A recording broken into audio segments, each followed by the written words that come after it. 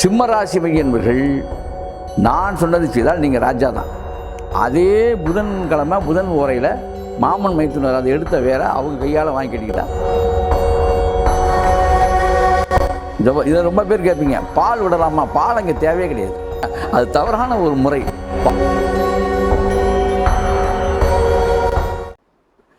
சிம்மராசி மையன்பர்கள், சிம்மராசி மையன்பர்களை பொறுத்த வரைக்கும் ஞாயிறுவி தான் உங்களுக்கு அதிர்ஷ்ட மூலிகை. புதன்கிழமை தான்.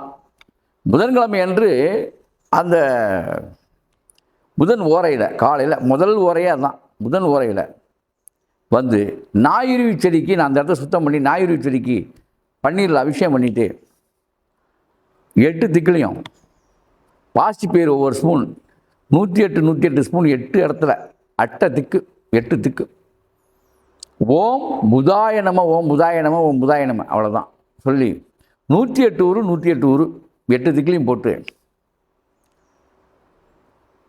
864 உரு வரும் மொத்தம். அதை பண்ணிவிட்டு அதுக்கப்புறம் அந்த நாயுடைய வேர் வடக்க போகிற வேர் அதுக்கு வந்து சந்தனம். இதை ரொம்ப பேர் கேட்பீங்க, பால் விடலாமா? பால் அங்கே தேவையே கிடையாது. அது தவறான ஒரு முறை. பால் மூலிகைக்கு பால் எடுத்துகிட்டு போகக்கூடாது. அதை மறந்துடுங்க. பால் ஊற்றுறது தப்பான ஒரு விஷயம்.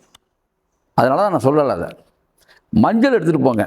மற்றபடி பன்னீர் அபிஷேகம் சந்தனம் மஞ்சள் குங்குமம் மணக்கக்கூடிய பூக்கள் எடுத்துகிட்டு போங்க, தப்பே கிடையாது. தண்ணீர் தான் ஊற்றணும். மஞ்சள் தண்ணி ரொம்ப பெஸ்ட். அப்போ அந்த வடக்க போகிற வேற எடுத்து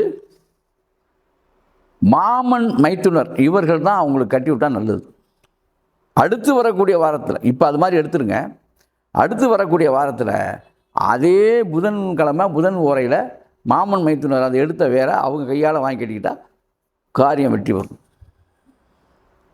சரி, இது மாதிரி செஞ்சுட்டா சிறப்பாக சார் அப்படின்னா கண்டிப்பாக சிம்மராசி மையன்பர்கள் நான் சொன்னது செய்தால் நீங்கள் ராஜா தான்.